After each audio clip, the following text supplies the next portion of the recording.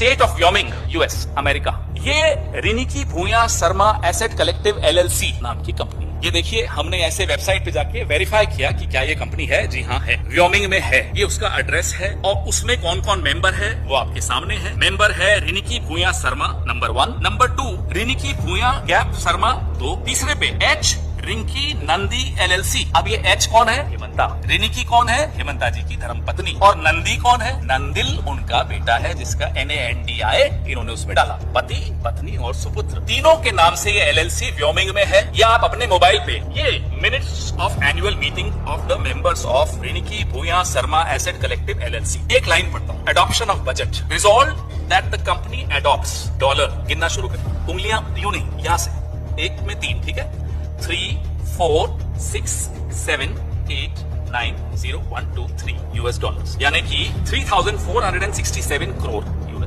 इस कंपनी का budget allocate हुआ, ठीक है sir. The floor was open for discussion about the plan of business. अब क्या बिजनेस करेगी साहब ये कंपनी?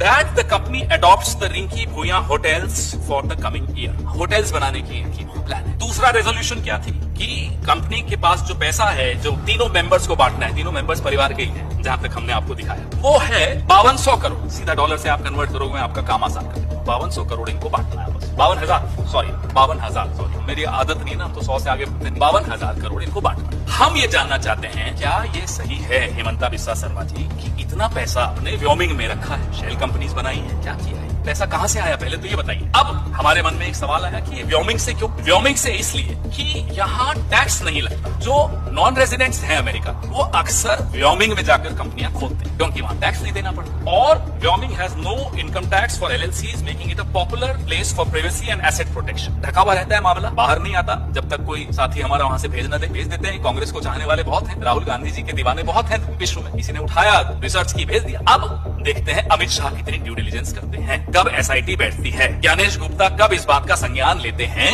कि ये बंटी बबली ने एफिडेविट में नहीं डाला, दुबई की प्रॉपर्टीज नहीं डाली, हलफनामे में नहीं लिखा। ये क्या कोई नेता करता है ऐसा? ये काम तो दाऊद इब्राहिम करता है, नीरव मोदी करता है, ललित मोदी करता है, और कौन था वो, मेहुल चोकसी करता है। यही काम हेमंता बिस्वा शर्मा करता है, फिर हम उसको बंटी बबली कहते हैं, इनको आपत्ति होती। ये 52,000 करोड़ रुपया आप अमेरिका में कैसे लाए, कैसे आया, कहां से कमाया, ये बताइए। ये दुबई की प्रॉपर्टीज क्यों नहीं है हलफनामे में, ये बताइए। क्या ये आदमी एक दिन भी जेल से बाहर के रहने लायक है, ये बताइए। इस खुलासे के बाद नरेंद्र मोदी और अमित शाह के मुंह से अगर छोटा मोटा भी कोई नकाब